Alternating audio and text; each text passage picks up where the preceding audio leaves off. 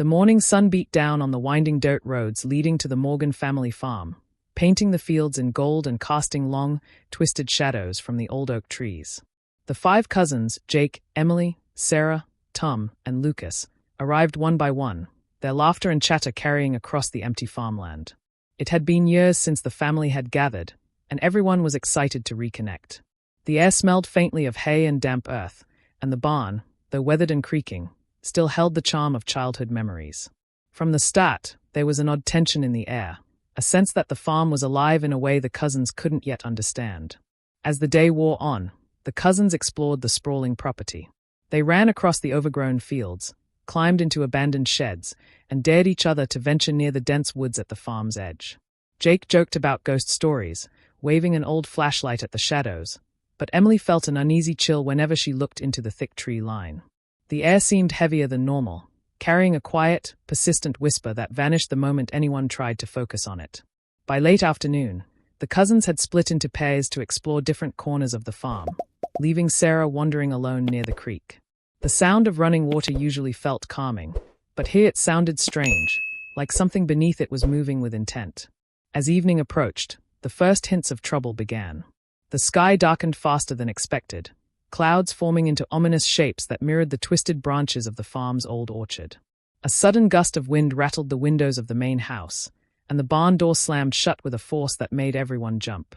Lucas laughed nervously, insisting it was just the weather, but the others weren't convinced. Strange footprints appeared in the dirt where none should have been, and Emily noticed that the tool shed had been disturbed, though no one remembered touching it. The farm was showing its first signs of the secret it had kept hidden for decades. By nightfall, the cousins gathered around the campfire they had built near the barn, trying to shake off the growing unease. Shadows from the flames danced across their faces, exaggerating every glance and movement. They told stories of haunted woods, cursed lands, and old legends tied to the Morgan farm. But the jokes felt hollow, and each creak of the house or rustle in the nearby fields made their hearts race. Even Jake, the boldest of the group, found himself scanning the tree line nervously, wondering if something, or someone, was watching. The farm no longer felt like a place of nostalgia. It felt like it was waiting. Later that night, as the cousins settled into their sleeping bags inside the old barn, a low, indistinct sound echoed from the woods. It wasn't wind, nor was it an animal. They all recognized the weight of intent behind it. Sarah, unable to sleep, pressed her ear against the wooden wall and froze. The sound was coming closer.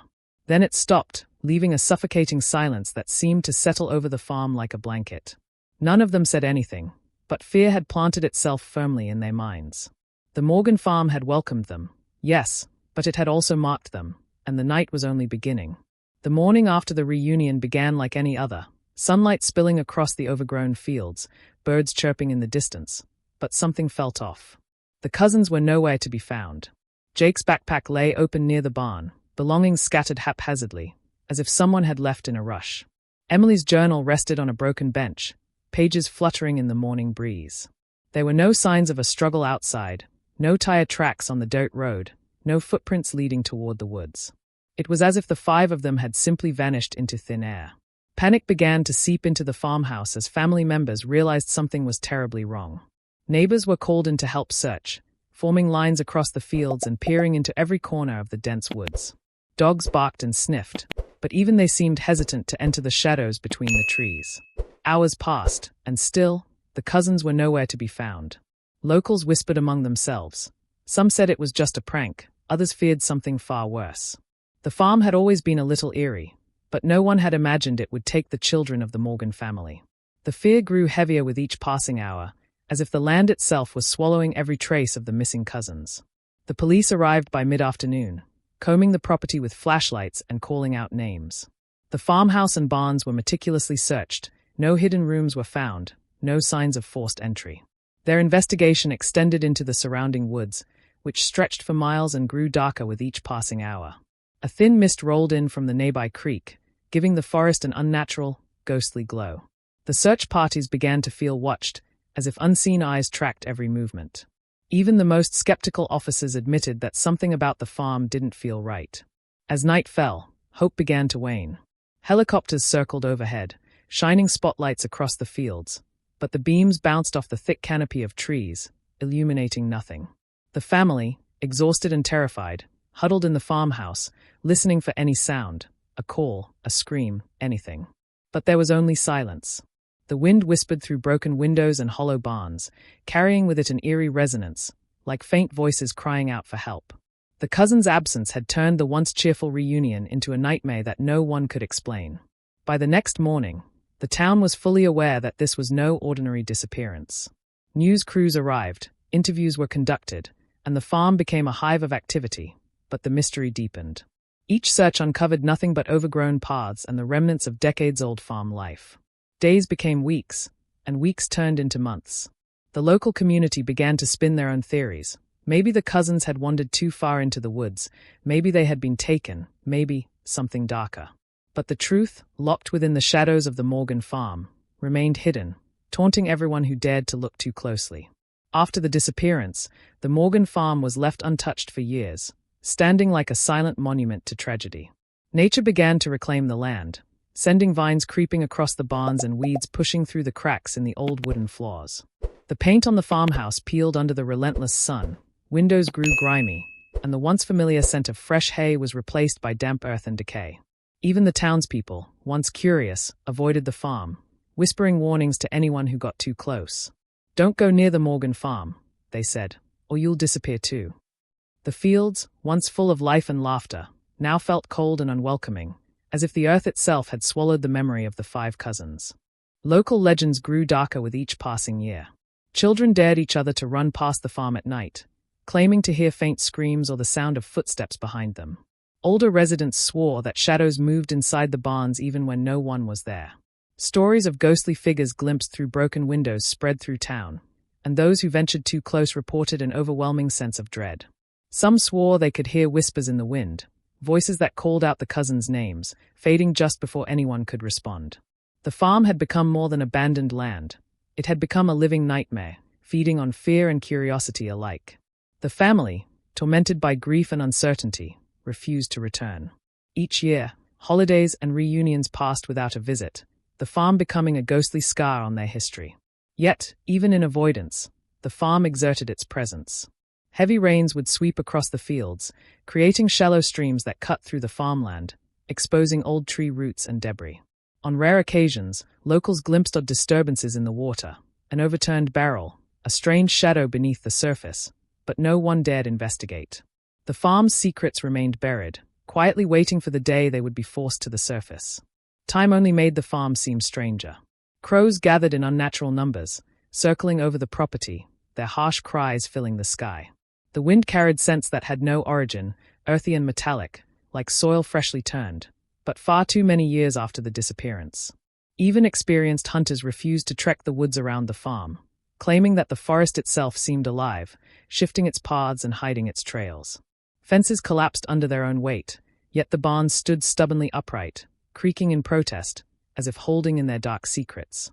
Every corner of the farm whispered a story, but no one was there to listen, until the rains came decades later. By the mid-2010s, the Morgan farm had become a cautionary tale for the town. Hikers, thrill-seekers, and amateur ghost hunters would occasionally trespass, hoping to glimpse proof of the missing cousins or capture evidence of paranormal activity.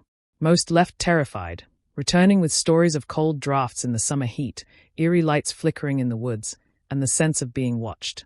Few dared to venture inside the barns, and none ever approached the creek alone. The farm had become a place of avoidance, fear, and mystery, a forgotten land that carried a story the world wasn't ready to uncover. In the spring of 2026, the skies over Missouri darkened with an unusual intensity. Storms rolled in day after day, pounding the region with relentless rain. Rivers swelled beyond their banks, and the small town near the Morgan farm braced for flooding. Locals watched nervously as the old farm, long abandoned and overgrown, began to disappear beneath murky brown water. The land that had held its secrets for nearly 3 decades now quivered under nature's assault, and the air smelled of wet earth and rusting metal.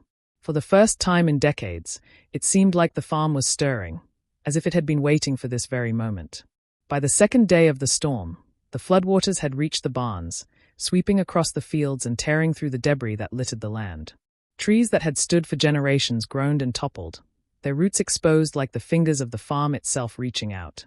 The old farmhouse shuddered in the wind, and parts of the roof began to cave in. Amid the chaos, a team of rescue workers arrived to help evacuate nearby residents, but something unusual caught their attention.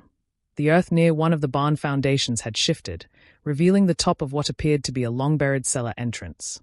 The sight was unsettling, as if the flood had unearthed a secret it had been holding under wraps for decades. Curiosity and dread collided as emergency workers approached the cellar. Mud and water sloshed around their boots while the wind tore at their jackets, making it almost impossible to hear anything beyond the roar of the storm. The partially collapsed doorway gave a glimpse of darkness below, an underground space that had been untouched for 29 years. Equipment was brought in, flashlights cut through the shadows, and what they found inside was chilling.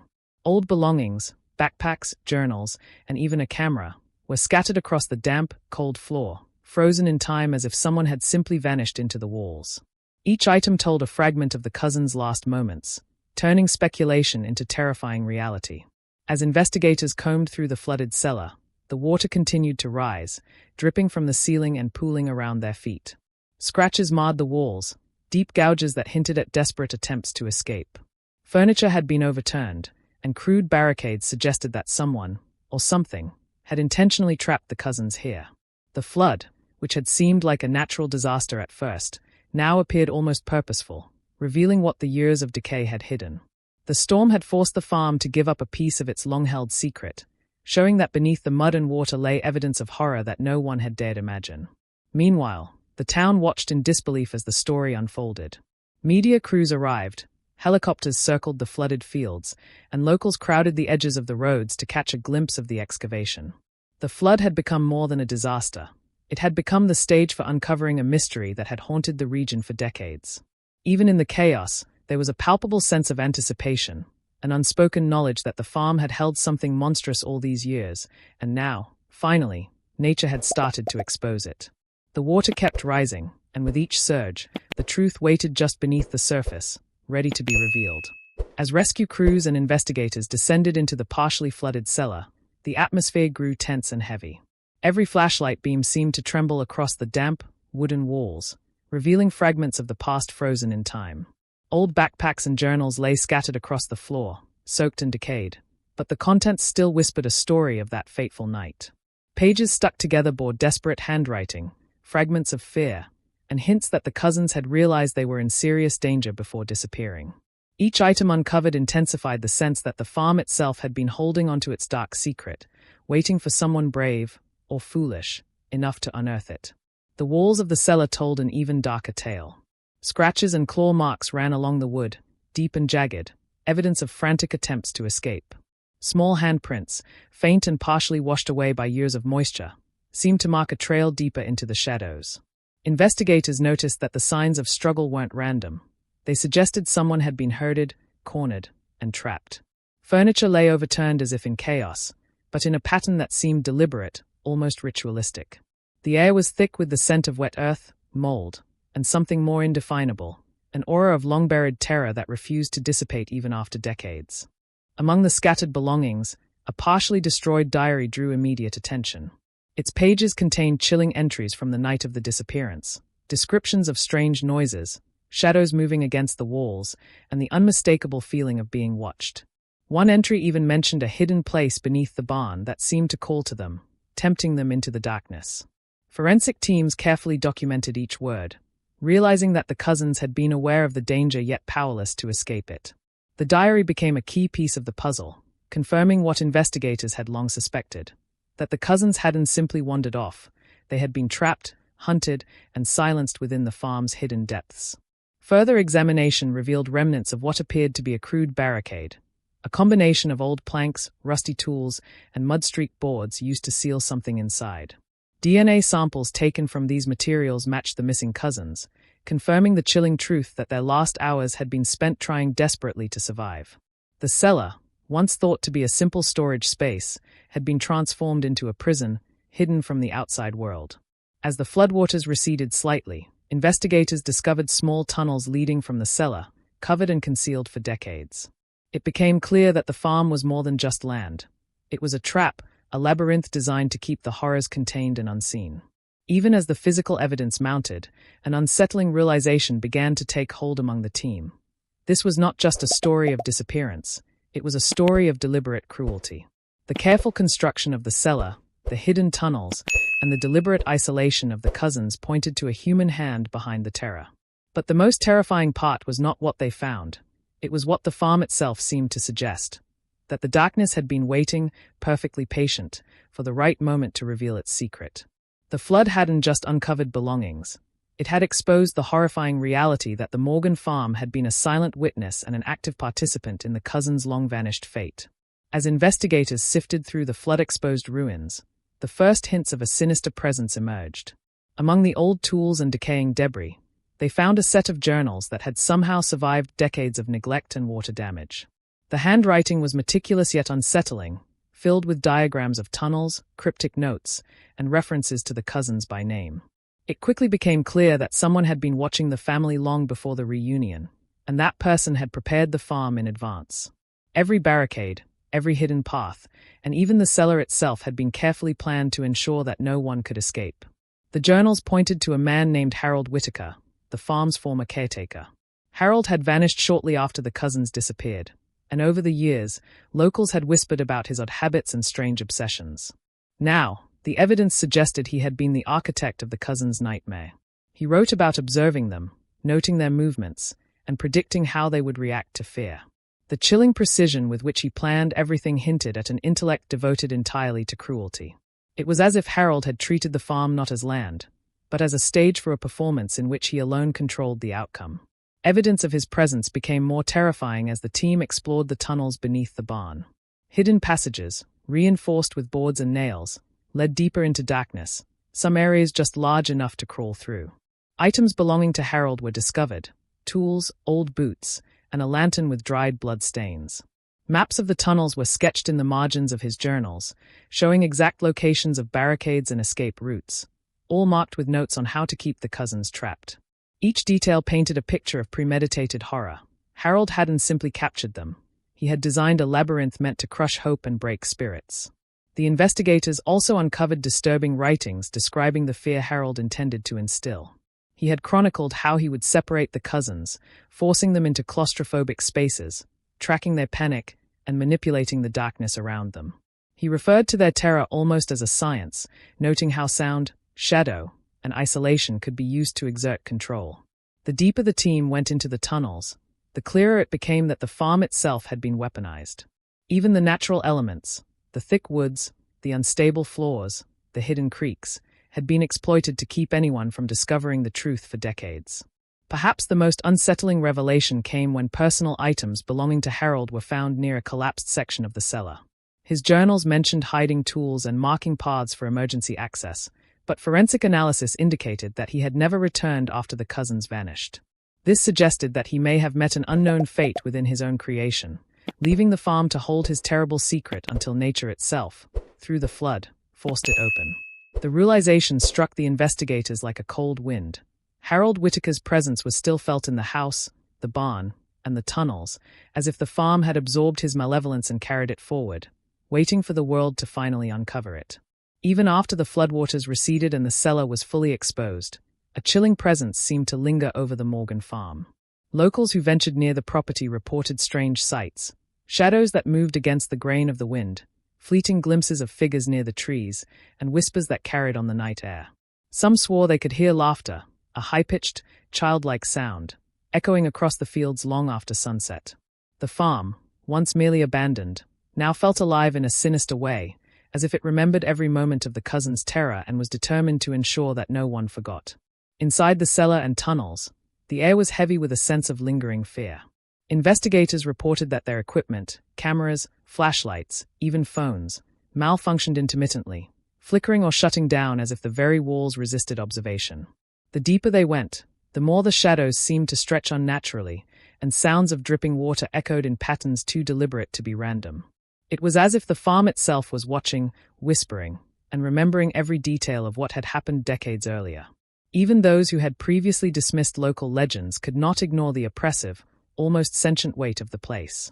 Some of the remains discovered in the cellar were carefully analyzed, and while they provided closure, they also raised new questions.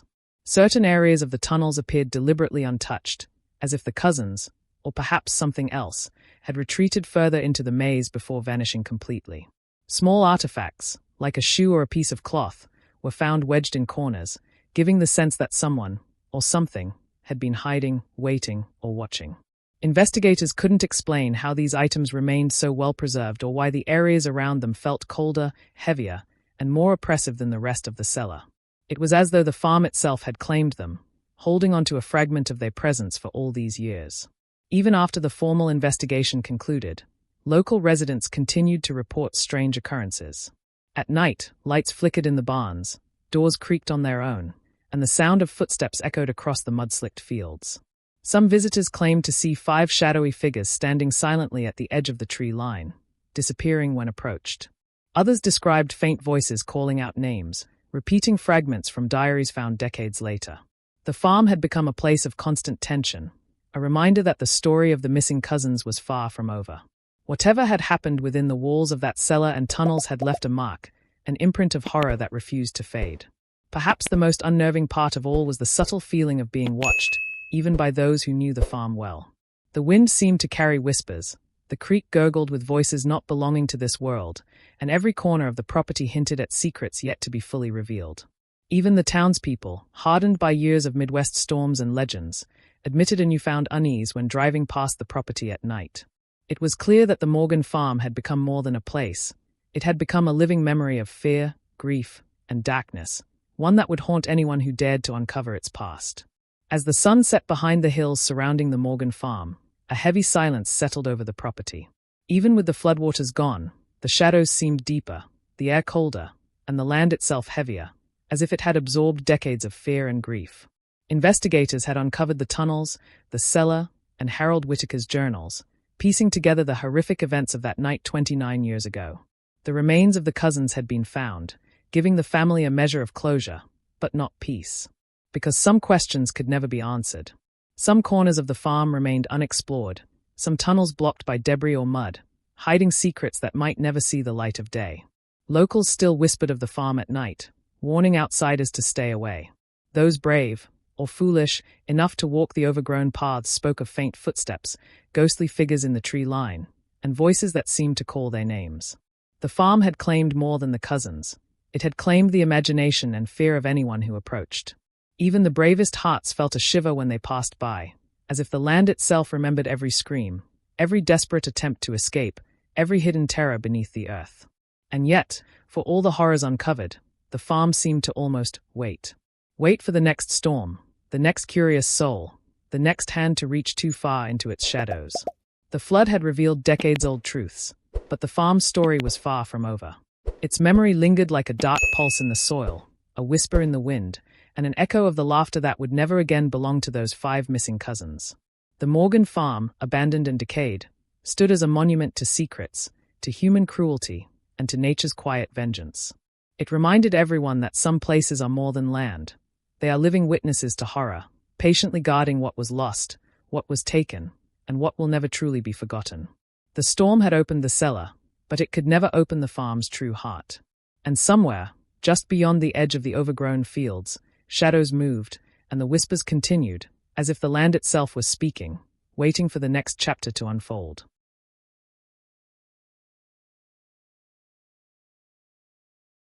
If you liked this video, don't forget to hit that like button, share it with your friends, and drop your thoughts in the comments below. Most importantly, subscribe and hit the bell icon so the next secret finds you first.